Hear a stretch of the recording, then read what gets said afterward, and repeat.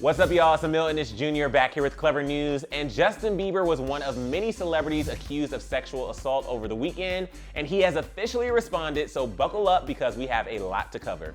As you were perusing social media over the weekend, you most likely noticed one of many male celebrities trending via Twitter. One of those just so happened to be Justin Bieber, who was accused of sexual assault by two different women who went into full detail about their experiences. This caused him to unleash a series of tweets that included literal hotel receipts, tweets, and photos of the people who he was with, including his ex-girlfriend, Selena Gomez. I'm about to break this all down, but I just wanted to issue a trigger warning as we will be talking about some heavy topics like sexual assault, so please only continue watching if you feel comfortable doing so. We've also included the link to Rain down in the description below in case you or anyone you know needs their resources. Alright, so let's get into what went down over the weekend. On Saturday, a woman who identified herself as Danielle shared details of her alleged assault on Twitter, claiming that she felt compelled to share her story following Ansel Elgort's recent similar accusations of sexual assault. Danielle began by saying that she met Justin when he and Selena were attending a concert in Houston, Texas, and heard that Justin's manager, Scooter Braun, was having an event at a music festival in Austin, Texas on March 9, 2014. She then revealed that Justin had surprised a crowd of about 100 people and even publicly dedicated a few songs to Selena.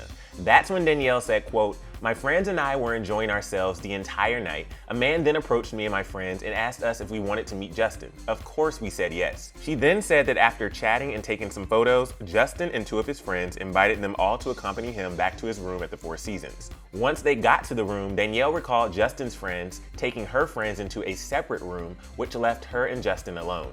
He then asked for her phone and to not say a word as it could lead to legal trouble, to which Danielle then said, "I asked him where Selena was to make conversation and he told me not to worry about it and that she'll come up to the room later." One thing led to another and Justin allegedly began kissing Danielle, and shortly after, the two were under the covers after he had taken off her clothing without her consent. She said, "I told him that this was going too far and that we should stop because I needed to find my friends, most importantly because I felt guilty about Selena. That's when he told me, relax, they're all okay." Danielle then recalled Justin forcing himself inside of her, but stated that she didn't want to go into detail about what happened next.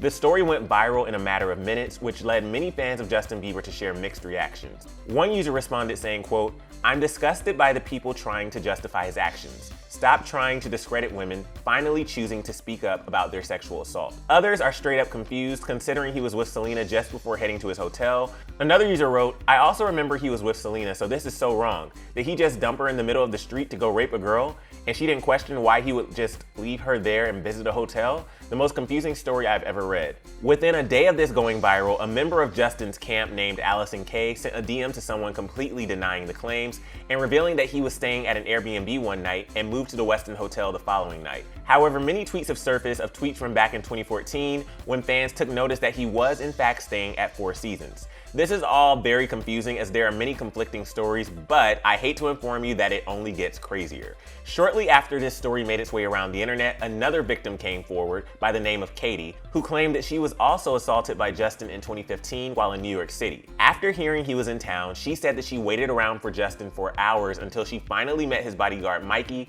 who had taken down her number. Katie said later around 2:30 a.m., "I was invited by Mikey Arana to Bieber's hotel, where there were 5 girls including myself. In the hotel room were also 3 guys including actor Kyle Massey and Justin's hairstylist." Katie then recalled that she got to socializing with everyone in the room and began speaking French as she remembered that Justin can speak a little bit of French because he's from Canada. The two ended up getting physically closer until she recalled Justin feeling her up and ultimately kissing her and luring her into the bathroom. He started pushing her to the bedroom when Katie revealed, "He pinned me down, pulled my leggings down and his shorts and penetrated me. It aggravated me and I pushed him and kicked him between his legs and ran out to the living room." She also included receipts of text messages between her and Mikey the night that he came down to bring her up to Justin's hotel. Although no victim of assault should be questioned, fans have been sharing many contradicting receipts from Katie dated a year prior to the incident when she tweeted things like, "Y'all believe anything. I could make an account with the hot babe as an icon and say I slept with Justin Bieber and y'all will believe it." Another tweet read, "I swear if we don't meet, I'll find you and you." Interestingly enough, that tweet was dated June 6, 2015, and Katie had claimed this weekend that he assaulted her on May 5th, 2015, which she would have already met him. Fans began coming to Justin's defense saying, "She is lying and she should be put in jail and sued." Not only can this ruin his career, but it also makes real sexual assault victims afraid to speak. Since Saturday, many fans have been wondering whether or not Justin would come out and address the multiple accusations, and after pulling together receipts, photos, and his side of the story, he has come forward in a series of lengthy tweets. Justin started out by saying, "I don't normally address things as I have dealt with random accusations my entire career, but after talking with my wife and team, I have decided to speak up on an issue tonight." He went on to say that because the specific rumor centers around sexual assault, it is something he does not take lightly, but wanted to make sure he gathered all the facts before saying anything. Although Justin did confirm that he attended a surprise show with his then-girlfriend Selena Gomez, he said regarding being at the Four Seasons, "I want to be clear, there is no truth to this story. In fact, as I will soon show, I was never present at that location." Justin went on to share articles and even photos that fans had taken that proved that he was with Selena on the night of March 9th, when Danielle accused him of assaulting her in his Four Seasons hotel room. Another article even revealed that he and Selena didn't even arrive in Austin from Houston until much later on the night of March 9th. Justin even went as far as to share actual receipts of he and Selena staying at the Westin after claiming what his camp confirmed prior that they were staying at an Airbnb the night they got into Austin.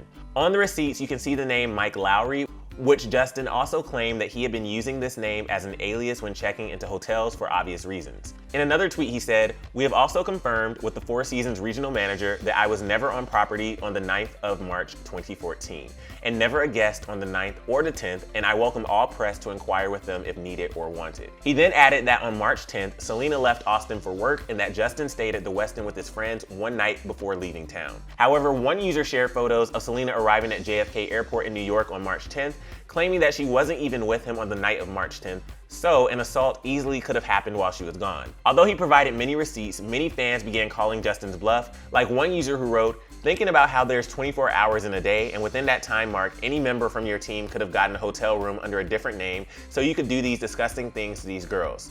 Your story isn't adding up." In his final tweet, Justin once and for all denied all allegations, writing, "Every claim of sexual abuse should be taken very seriously, and this is why my response was needed. However, this story is factually impossible, and that is why I will be working with Twitter and authorities to take legal action." Justin has yet to address the allegations that Katie had presented to the public, but we will do our best to keep you posted as this story continues to unfold. And if you want more Clevver News, click right over here for another Clevver News video, and then feel free to share your thoughts on all of this in the comment section below and let us know what you think of Justin's response. I'm your host, Emile Jr., and I'll see you soon right back here on Clevver News. Bye, guys.